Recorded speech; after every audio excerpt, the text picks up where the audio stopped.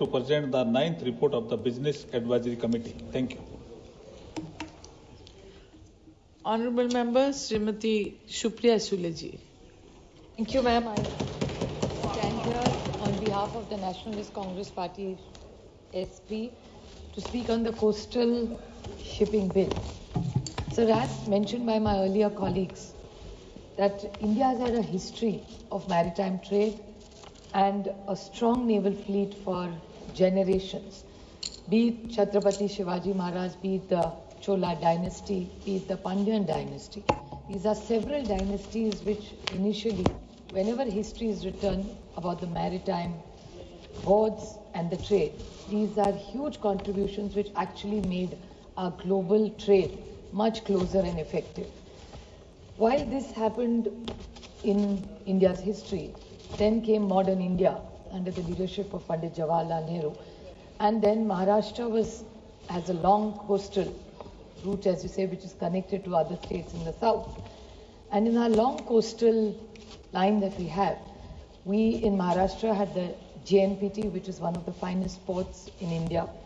We have Port Trust, which is a very old but a very effective port in Maharashtra, in Mumbai. And we have the new Vadhavan port, which is coming in Maharashtra, which we discussed just last week. I appreciate the efforts of the Honorable Minister, but I have noticed that every week he comes up with one bill. I request him that if he brings a large consolidated bill of making effective changes in his ministry, it will make a larger impact on this maritime trade that this government is trying to bring in. I would like to make a few suggestions to the Honorable Minister and ask him a few questions for clarification of the industry as well. That there was a 1838 and a 1958 Vessels Act, which talked about regulation, safety, security, pollution, prevention. Now, while he is covering all these points and consolidating several of these issues every week in his mantralaya, in his department, I request him that he should even make sure that every fisherman, because we just debated a lot of fishery, dairy, allied businesses and agriculture today. So the fishermen have to be protected and looked after every time we do any kind of this. My colleague sitting here from the DMK, I know how much they suffer every time. When some fisherman by default goes across the border, he has no clue, there are really no borders there. And how they are caught, punished. So I think while we have policies for port and maritime trade, we must be very, very sensitive to the fishermen of this country, which are very critical part of an economy of this country as well. They do participate in the growth of this country. Just because they don't have a loud voice, that doesn't mean, or they don't create crores of infrastructure, that doesn't mean they don't deserve a voice in this house that we are standing on. I would like to ask them a few questions which we need to seek clarification, ma'am. Streamlining of licensing in these procedures. I appreciate the efforts of the government to bringing the foreign and the Indian vessels together on the same thing. But while you are bringing this great introduction by using technology, I would like to ask that will there be a license which will be approvals or rejections in a timeline manner? So if you're using so much technology, it has to be very effective and it has to be time bound. Only then this industry would really grow. Nobody wants harassment. The second thing is they've used the word services. Now in services, after GST has come, there are various services. The income tax bill which we have in the several of us in the committee, there is a word service. GST has a word service. Every industry has the word service. Now this also they have brought in a service. So while there is taxation and services, the definition of the word services must be totally uniform in all these cases is something that the government must clarify. And if they haven't done it, I urge them to bring it under one meaning in every bill and make sure it is the same everywhere so there is no confusion in any industry. Next thing is modernization and digital integration. Now they have talked about making a database. With so much technology, it is so easy. But this real data name, it has to be analytical driven and make sure that policy making and investments in this industry have to be tracked. Because most young people who are looking for jobs are always confused. They don't know where to apply. Even if they apply, The skilling is not good enough. There's always upgrading of skills required with so much change in technology.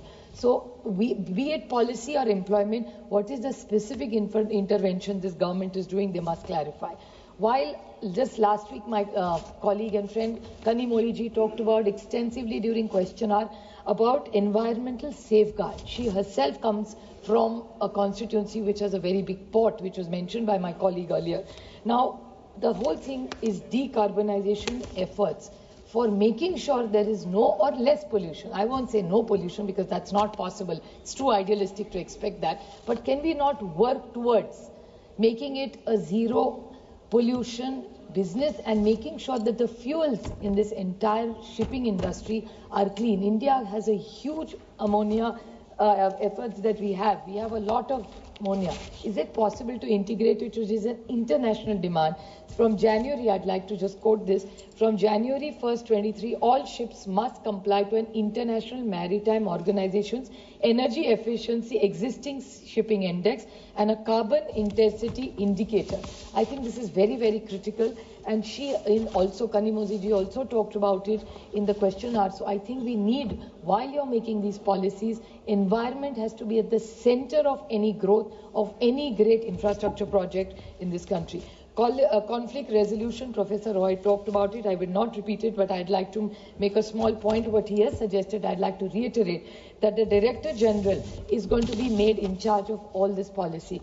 Will it be too much consolidation of power in one place? So I'd like to reiterate what Professor Roy has said, that please rethink it. It's not that we don't mistrust anybody, but to consolidate energy in one place may not be the idealistic situation in any business for that matter. The other small point is that ease of doing business. This government constantly talks about ease of doing business. So they have used the word penalties, restrictions. These are not words anybody likes in a growing economy anywhere in the world. So I urge them, like we have made in other laws, that you either give them a first warning, second warning and third warning, or even a case which my colleague Krishna, I may not have agreed with his entire speech, but I do value the intervention that he made, that if there is an industry which is suffering and if somebody has a penalty and for 9 months somebody who has really not done anything wrong has to suffer, the business suffers, and not only the business or the owner suffers, thousands of stakeholders of that company suffer who are very poor and hardworking and honest citizens of this state. So while you are talking about penalties and ease of doing business, I think this government must focus. Don't put fear in. Even in taxation, I spoke in my finance bill, don't put fear in the industry. Investors are honest. Indians by nature are honest. So don't threaten them or bring fear, be it income tax, be it in GST. We don't want tax terrorism or any policy to scare investors. If you are making policies, make them people friendly. Show people that you have faith in them and Indians will deliver superior results and make sure it's India's growing economy which they want from the fifth to the third to the first. We are very happy if they reach by 47, 57 or whichever year they want to go into. But these are all idealistic things on paper. I think they need to walk the talk for making sure that they are good in ease of doing business. And the last small point for good investors in India operation and shipbuilding, there are 3 very serious interventions this government needs to make.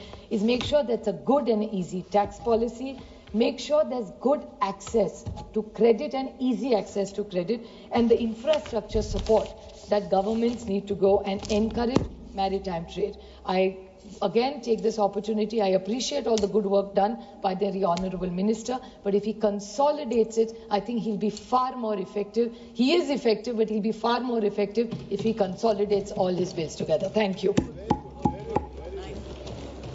Honorable Member Shri Ravindra Vaikar ji.